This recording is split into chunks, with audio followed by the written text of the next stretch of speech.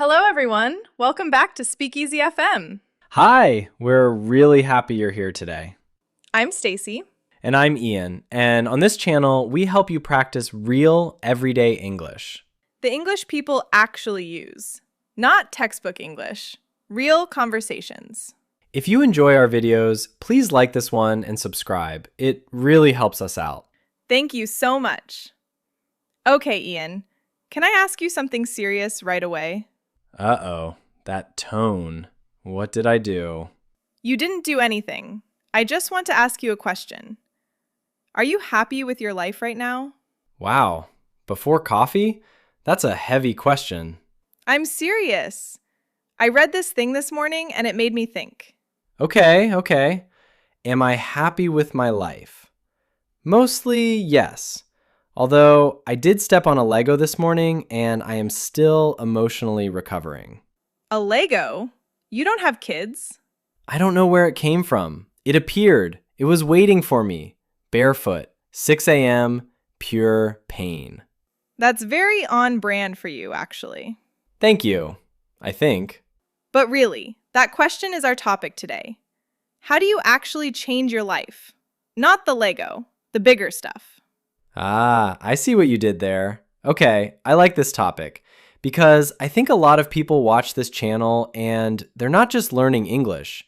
They're also trying to build a better routine, a better life. Exactly. So today we're combining both. We'll talk about real steps to change your life, and along the way, you'll pick up some really useful English. 2 goals, 1 episode. Very efficient. Before we jump in, quick tip for you. If this feels a little fast, tap the settings icon on YouTube. Choose playback speed and slow us down. No shame in that. None at all. Okay, Ian, sorry. Force of habit. Who's David? Never mind. Let's start with feeling stuck. So, Ian, why do you think people want to change their lives in the first place? I think it's usually one word. Stuck. People feel stuck. Stuck. Can you explain that word for our learners? Sure. Imagine your shoe gets caught in wet cement. You push, you pull, nothing moves. That's what stuck feels like, except it's your whole life instead of your shoe. That's a great picture. Have you ever felt stuck? Constantly. Last year, I had this exact routine. Wake up, work, order food, watch a show, sleep, repeat. Every day was basically a copy of the day before. Did you notice it, or did someone point it out to you? I noticed it myself, actually. One night, I was ordering the same Thai dish I always order, and I thought, wait, didn't I just do this exact thing yesterday? And I had. Same dish, same show, same couch dent. A couch dent? That's specific. It's a very personal couch dent. Anyway, that was the moment. I thought, is this really it? Is this my whole life? That question is actually the beginning of change. When you stop and ask, is this really what I want? Something shifts. It's uncomfortable, but it's useful. What about you? Have you ever felt stuck? Actually, yes. A few years ago, I was working nights at a different hospital, and my whole schedule was upside down. I felt like I was just surviving each week, not living it. What changed? Honestly, I sat down one Sunday with a notebook and just wrote out everything that felt wrong. It looked like a very long, slightly dramatic list. Did writing it down actually help? It did. Once it was on paper instead of just floating around in my head, it felt less overwhelming. It felt like something I could actually work on, one item at a time. That makes sense. When it's just thoughts swimming around, everything feels huge. On paper, it looks like a normal to-do list. Exactly. And that's actually step one for anyone who wants to change something. You have to know yourself first. Okay, know yourself. That sounds a little poetic for 9 in the morning, Stacy. It's simpler than it sounds. It just means understanding what you actually want, not what you think you should want. How do you even start with that? There are 3 questions I like. Question 1. What do I love doing? Easy for me. Writing, terrible reality TV, and eating breakfast food at any hour of the day. Breakfast food at any hour is a personality trait at this point. It's basically my whole identity. Okay, question 2. What do I want more of in my life? More sleep, more time outside, fewer emails that start with just circling back. That's actually question 3. What do you want less of? Oh, I jumped ahead. Fine. Less of those emails, less scrolling at midnight, less of that low hum of guilt I feel when I haven't exercised in a week. See, that's really honest and useful. What about you? What do you want more of and less of? More of? Slow mornings, real conversations, cooking without rushing. Less of? Honestly, less of checking my phone the second I open my eyes. We're both guilty of that one. Everyone is. So the idea is, once you answer these 3 questions honestly, you already know more about where you want to go. It's like checking a map before you start driving, instead of just guessing which road looks nice. Exactly. Okay, so that's step 1. Now what? Now, step 2. And this is the part everyone gets wrong. People decide to change everything on a Monday. Oh, I know this. Starting Monday, I'm going to wake up at 5, run 5 miles, eat only vegetables, and read a book a week. And by Wednesday? By Wednesday, they're back on the couch eating chips, feeling worse than before they started. I've lived that exact Wednesday. Multiple times. What usually goes wrong? Too much, too fast. Your brain panics. It's like trying to lift the heaviest weight at the gym on your very first day. You're not building strength, you're just injuring yourself. So what's the better way? Small steps. Ridiculously small steps. When I decided I wanted to start running, I didn't say run 5 miles. What did you say? I said put on running shoes and walk to the end of the block. That's it. That was the entire goal. That sounds almost too easy. That's the point. It felt so small that I couldn't make an excuse. And once I had the shoes on and I was outside, I usually just kept going a little further. So the hard part wasn't the running, it was starting. Exactly. Once you're already outside, your brain stops arguing with you. I love that. Small steps, big results. Small steps, big changes. Let's say it slowly together for our learners. Small steps, Big changes. small steps, big changes. There you go. Write that one down. Okay, this connects to something I do that I think is really useful. It's called habit stacking. Habit stacking. I've heard this phrase. What does it actually mean? It means you attach a brand new habit to a habit you already have, automatically, every day. Give me an example. Sure. I already make tea every single evening, without fail. So when I wanted to start journaling, I didn't create a whole new time slot for it. What did you do instead? I said, right after I pour my tea, I write 3 sentences in my notebook. The tea became the reminder. Oh, I see. So the tea is like an alarm that already exists in your day. Exactly. Your brain doesn't need to remember something brand new. It just adds one small step onto a habit that's already automatic. That's actually genius. I already make coffee every morning without thinking. Maybe I could stack something onto that. What would you want to add? Maybe stretching. My back is basically 80 years old, even though I'm not. So, after I make my coffee, I stretch for 2 minutes. I like how small that sounds. 2 minutes feels impossible to say no to. That's the whole trick.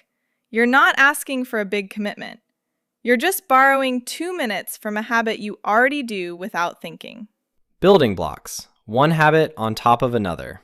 Exactly like that. Okay, next big piece. Mindset. Stacy, what does that word even mean? Your mindset is basically how you think about yourself and your situation. The stories you tell yourself in your own head. Give me an example of a bad one. I'm just not a disciplined person. Or, I always give up on things. People say these sentences like they're facts. Oh, I say things like that all the time. I'm just bad with money. I'm just not a morning person. And once you say it enough times, you start believing it. And once you believe it, you stop even trying. So, what's the fix? You change the sentence. Instead of, I'm just not a morning person, you say, I'm learning to become a morning person. That feels like a small change, but it sounds completely different. It is a small change in words, but a big change in how it feels. I can't do this becomes, I'm still learning this. I like that one a lot, actually. Give me another. Instead of, I always mess this up, you say, every mistake is teaching me something. Every mistake is teaching me something. That's a nice sentence to actually believe. It's called a growth mindset. The idea that you're not fixed. You can always improve, at any age, at any stage. The opposite would be a fixed mindset. This is just who I am, forever, the end. Right, and a fixed mindset keeps you stuck exactly where we started this episode. Everything's connecting today. I feel very enlightened for a Tuesday. One more thing about mindset. Watch the word always and never. They sneak into our thinking more than people realize. What do you mean? I always fail at this. I never finish what I start. Those words make a single bad week sound like a permanent fact about who you are. Oh, I do that constantly. One missed deadline and suddenly I'm someone who never meets deadlines. But one missed deadline is just one missed deadline. It's not your whole identity. So the fix is just noticing the word and questioning it? Exactly. Ask yourself, is this actually always true? Or is it just true this one time? That's a really simple check. I'm going to start using it. Okay, next piece. This one surprised me when I first learned it. The people around you actually shape who you become. I've heard that phrase. You're the average of the 5 people you spend the most time with. Exactly that. Think about your closest friends, your family, your coworkers. Their habits kind of rub off on you. Completely. If your friends are always complaining that nothing works out for them, you slowly start thinking the same way, even without noticing. And if your friends are the type who try new things, who stay positive, who push themselves, you start doing the same, almost automatically. that's honestly a little scary when you think about it. A little. But it also means you have some control. You can choose who you spend your time with. I actually think about this with my online writing group. We check in every week, and honestly, being around people who take their goals seriously makes me take mine more seriously too. See, that's exactly it. And it's not just people. It's what you watch, what you read, even the accounts you follow online. So if my phone is full of accounts that make me feel bad about my life, That's part of your environment too. And you can change it just by unfollowing a few accounts and finding better ones. environment isn't just your apartment, it's everything around your mind. Beautifully said. Okay, now the hard part. What happens when you try to change something and you completely fail? Oh, this happens to everyone. Nobody changes their life in a perfectly straight line. I have a great example. When I first tried to cook more instead of ordering out, I decided to make a whole roast chicken. Ambitious for someone whose 2 dishes are pasta and fried rice. Extremely ambitious. I forgot to take the little bag of extra parts out of the inside of the chicken. The giblets? I didn't even know that word existed until that day. I cooked the whole thing with a plastic bag melting inside it. Ian. The smoke alarm and I became very close friends that evening. So what did you do after that disaster? Honestly, for about 2 weeks, I just went back to ordering Thai food and gave up on the whole cooking idea completely. And then? And then I thought, one bad chicken doesn't mean I can't cook. It just means I need to learn how to cook a chicken properly. So I tried again, this time actually watching a video first. And did it work? It worked! No plastic bag, no smoke alarm friendship required. See, that's the whole lesson. Failing once doesn't mean stopping forever. It just means you try again with a little more information. Failing is part of the process, not the end of it. Exactly. And people are often much harder on themselves than they need to be. I was ready to never cook again over one chicken. One mistake doesn't erase all your effort. It's just one step in a much longer walk. A long walk with occasionally a smoky kitchen. Occasionally, yes. Okay, let's get practical. A few small daily habits that really do add up over time. I like practical. Give me the list. First, gratitude. Every morning, write down or just think of 3 things you're thankful for. Does that actually change anything? It does. When you look for good things on purpose, your brain slowly gets better at noticing them without even trying. Okay, what's next? Movement. Doesn't have to be intense.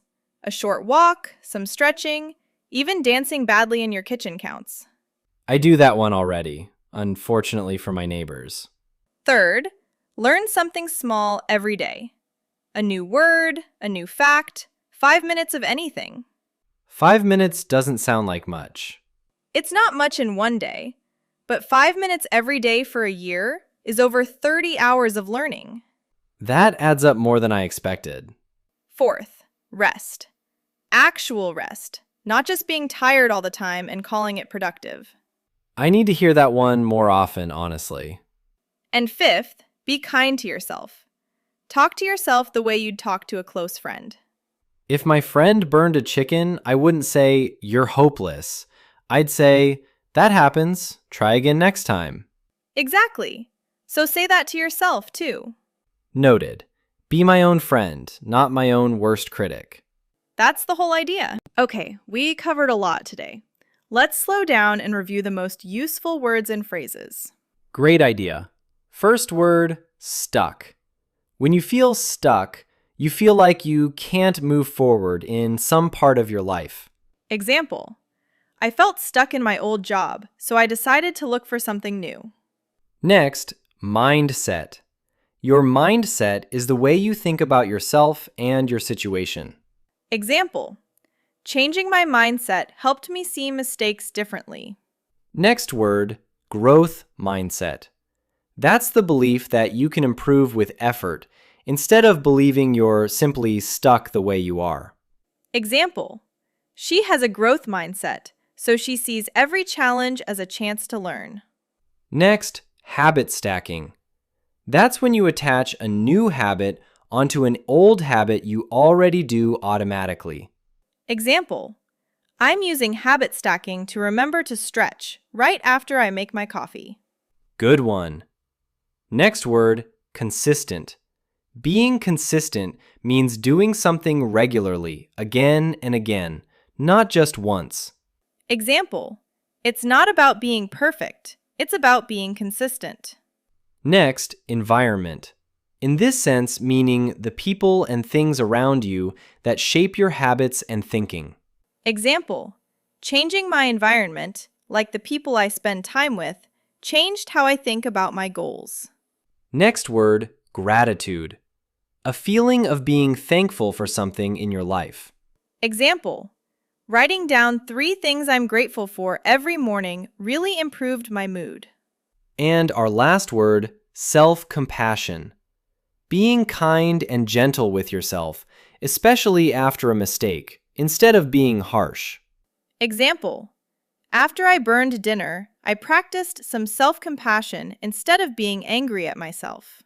So, to review, stuck, mindset, growth mindset, habit stacking, consistent, environment, gratitude, and self-compassion.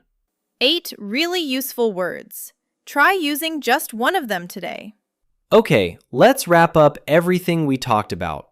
We started with feeling stuck and how noticing that feeling is actually the first step toward change. We talked about knowing yourself, what you love, what you want more of, and what you want less of. We talked about starting small. Small steps, big changes. We talked about habit stacking, attaching new habits onto habits you already have. We talked about mindset, and how the sentences you tell yourself really do shape your actions. We talked about the people and things around you and how they quietly shape who you become. We talked about what happens when you fail, including one particular chicken incident. We don't talk about the chicken. We just talked about the chicken. Fair. And finally, 5 small daily habits: gratitude, movement, learning, rest, and self-compassion. A lot of ground covered today, but all of it is useful, and none of it requires you to change everything overnight. Just one small step. That's really all it takes to begin. Okay, it's time for our favorite part. The question of the day. Today, we actually have 2 questions for you. First, what is one small step you could take this week to improve your life, even just a little? And second, what is one thing you're grateful for today? You can answer one or both, whatever feels right for you. I'll go first. To give an example, my small step is stretching for 2 minutes after my morning coffee. And what are you grateful for? Honestly, I'm grateful nobody saw me step on that Lego this morning. A very honest answer. My small step is writing 3 sentences in my journal after my evening tea. And what are you grateful for? I'm grateful for slow mornings and good coffee. Simple things. Now it's your turn. Write your answers in the comments below in English. Even one short sentence is perfect practice. My small step is, or I'm grateful for. We read every single comment. Everyone. We genuinely love hearing what small steps you're taking. Thank you so much for spending this time with us today. Changing your life doesn't happen overnight, and it doesn't need to. Small steps really do add up. If you enjoyed this video, please give it a thumbs up and share it with someone who might need to hear this today. And subscribe to Speakeasy FM so you don't miss our next episode. New videos every week. Remember, learning English is its own small step, and you're already taking it just by watching this. One small step today. That's all it takes. From both of us, Keep learning, keep practicing. and have a wonderful day. Bye, everyone. Bye.